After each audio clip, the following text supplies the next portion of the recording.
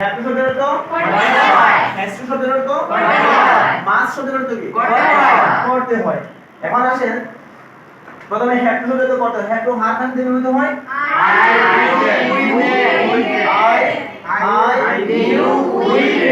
এটার সাথে কি ব্যবহৃত হয় হ্যাভ টু।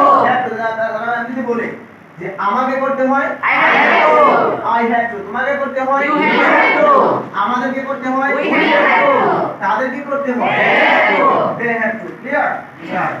আমি যদি বলি যে আমাকে শিখতে হয় আই হ্যাভ টু লার্ন, তোমাকে শিখতে হয় ইউ হ্যাভ টু লার্ন, আমাদেরকে শিখতে হয় উই হ্যাভ টু লার্ন, তাদেরকে শিখতে হয় দে হ্যাভ টু লার্ন। একটু লম্বা বলি, আমাকে ইংরেজি ভাষা শিখতে হয় I have to learn English, তোমাকে ইংরেজি ভাষা শিখতে হয় we have to learn English, আমাদেরকে ইংরেজি ভাষা শিখতে হয় we have to learn English, তাদেরকে ইংরেজি ভাষা শিখতে হয় they have to learn English. Clear? আচ্ছা, তোমাকে যেতে হয় ইউ হ্যাভ টু, আমাদেরকে যেতে হয় উই হ্যাভ টু, তাদেরকে যেতে হয় দে হ্যাভ টু।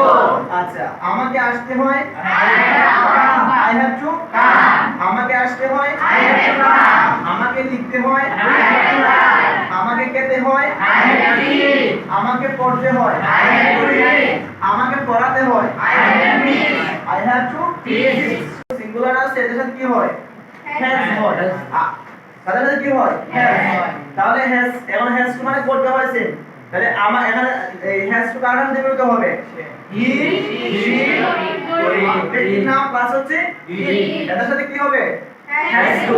তাহলে আমি যদি বলি যে তাকে করতে হয় হি হ্যাজ টু, যদি এই সাবজেক্ট হি দ্বারা এখানে যদি কোনো সে বলতে বা তাকে বলতে যদি আমরা মিক্স করে সে লেখে তখন হবে হি, মেয়ে হলে she. Clear?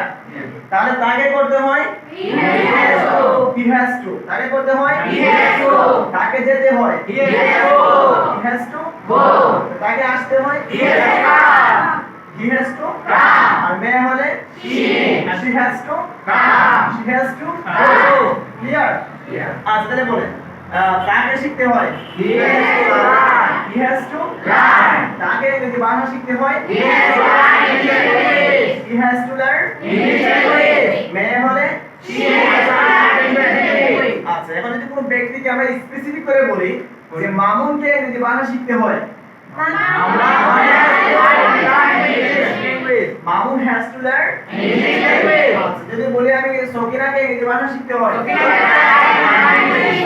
Sakina has to learn English language. Clear? এখন একটা হচ্ছে আমরা সিঙ্গুলার আগে দাও, তাহলে আমাকে কাজটি করতে হয়েছিল আমাকে কাজটি করতে হয়েছিল আই ইউ উই দে, এর সবার সাথে কি হবে হ্যাড টু হবে। কথা clear?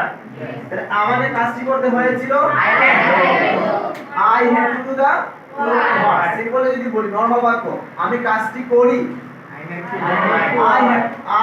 do the work। Normal বাক্য লক্ষ্য করবেন, আমি কাজটি করি এটা হচ্ছে সিম্পল।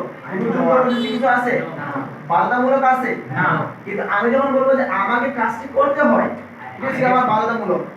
এটা কি আমি কাজটি করি নরমাল, ঠিক আছে, এখানে কোনো বাধ্যতামূলক অপশন নাই না আছে নাই, কিন্তু যখন আমি বলবো আমাকে কাজটি করতে হয় তখন সেটা হচ্ছে আমার বাধ্যতামূলক, তাই না?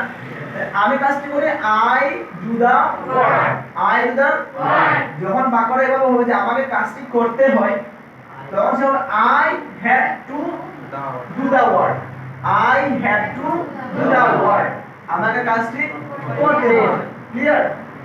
আচ্ছা, আর আমাকে কাজটি করতে হয়েছিল আই হ্যাড টু, করতে হয়েছিল ইংলিশ কি করতে হয়েছিল ইংলিশ আমাকে করতে হয়েছিল আই হ্যাড টু, আমাকে শিখতে হয়েছিল আই হ্যাড টু আমাকে ইংরেজি ভাষা শিখতে হয়েছিল I had two learn English. প্রথম থেকে আমরা তিনটাকে একসাথে বলি। এখন বলো, আমি কাজটি করি I do the work, আবার আমি কাজটি করি I do the work, আমাকে কাজটি করতে হয় I had to do the work, I had to do the work, আমাকে কাজটি করতে হয় I had to do the work, আমাকে কাজটি করতে হয়েছিল I had to do the work। Clear? তাহলে সবাই এখন